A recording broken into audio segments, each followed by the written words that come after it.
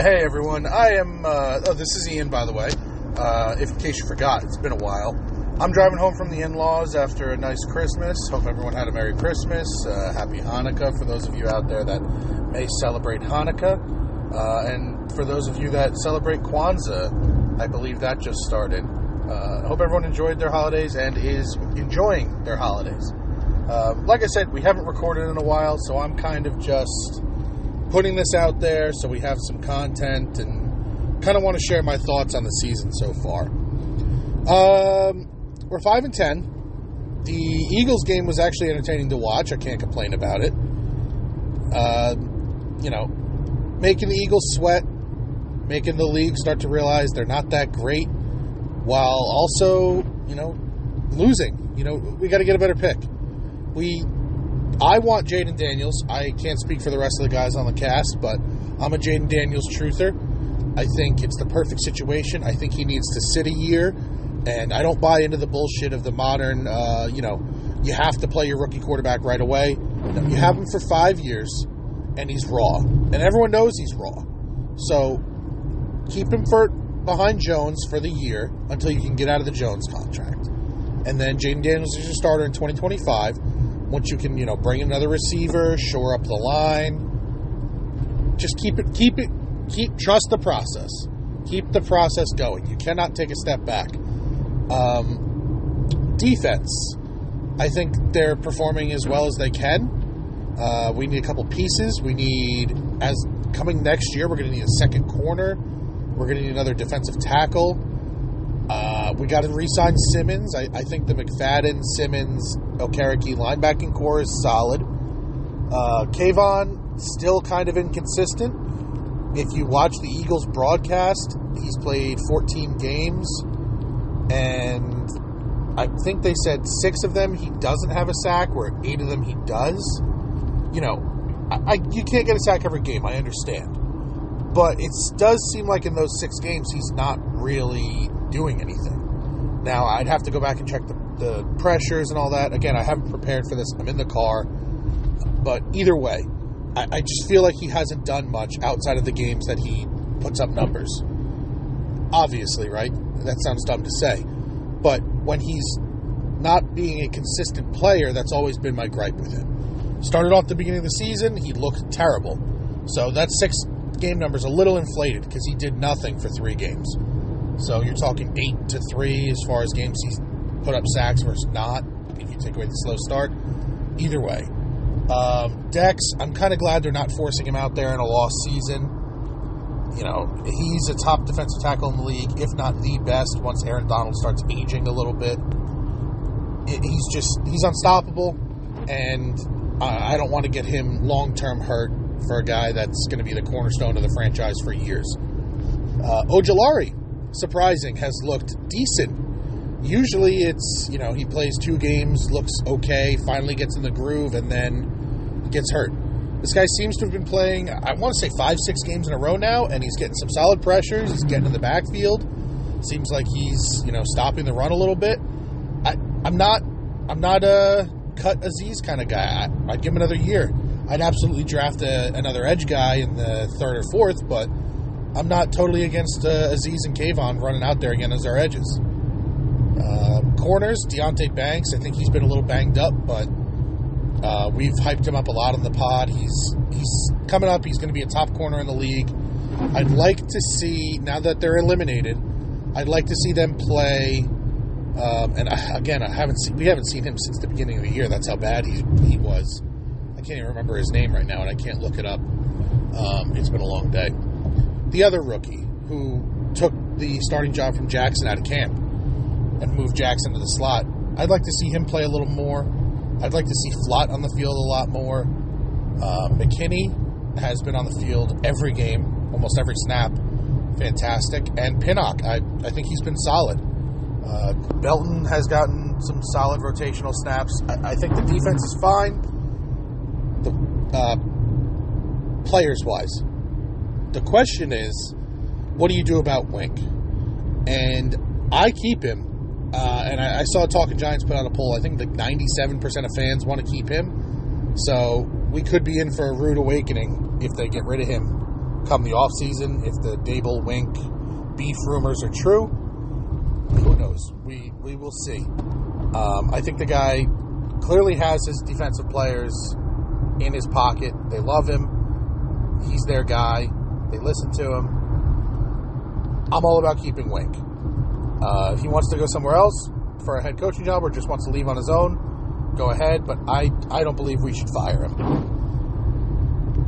I think the number was like 36% of fans want Mike Kafka gone.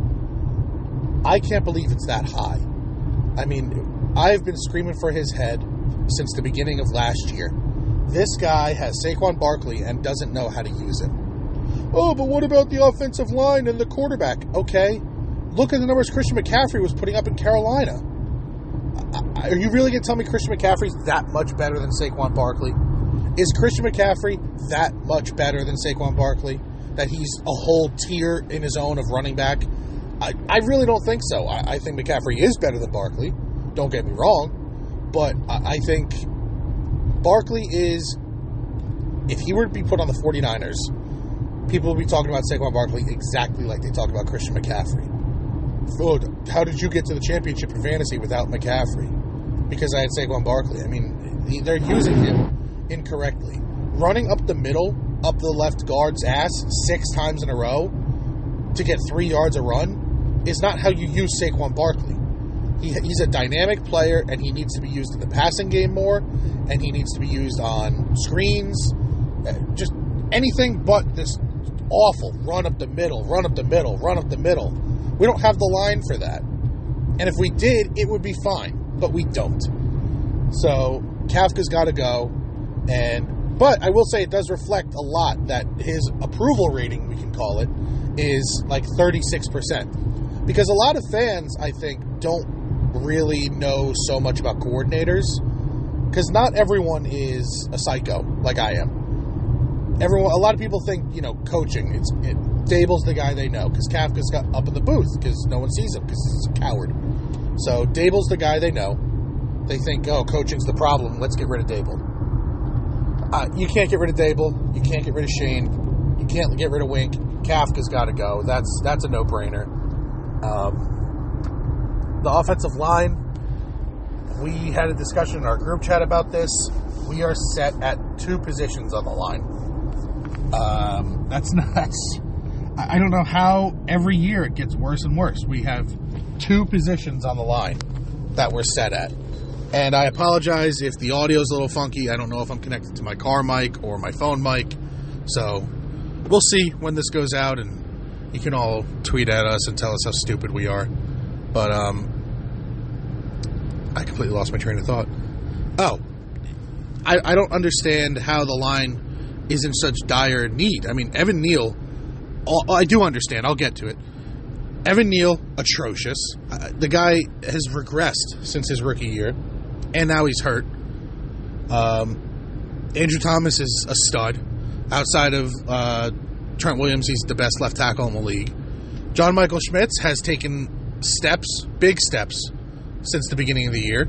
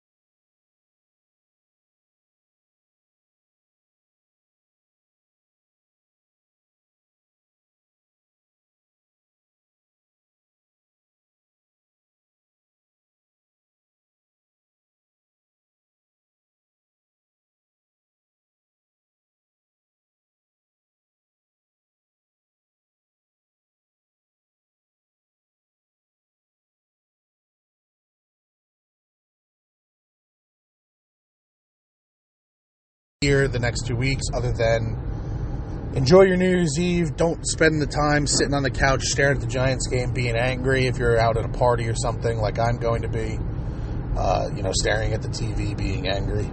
So don't do what I do. Go have fun. The Eagles game in January, just root for, honestly, you should be rooting for Dallas to also win this week against Detroit, even if you want the Lions to win, because the odds of the Eagles winning this week are high. I believe they play Arizona, and Dallas plays the Lions. If the Eagles win and Dallas loses, the division is over. 17 miles ahead on the 17 route. miles. If Eagles win, Dallas loses, the division's locked up. They may rest guys depending on seeding issues in the NFC. They may rest guys week 18. I don't want to get a win because the Eagles rested their guys. It doesn't do anything for us. There's no moral victory there. You're playing backups. You're also, possibly moving 2-3 spots down in the draft. Root for Detroit or Dallas this weekend to beat Detroit, stay in the division, so the Eagles have to play us on the week 18 and earn their first place in the division. That's really it. We are going to do a lot of scouting this offseason. I think we're going to try to get a lot done as far as pushing out more content this coming off season. We've gotten really busy the past month, so it's been tough. This isn't a full-time job for us. This is a hobby.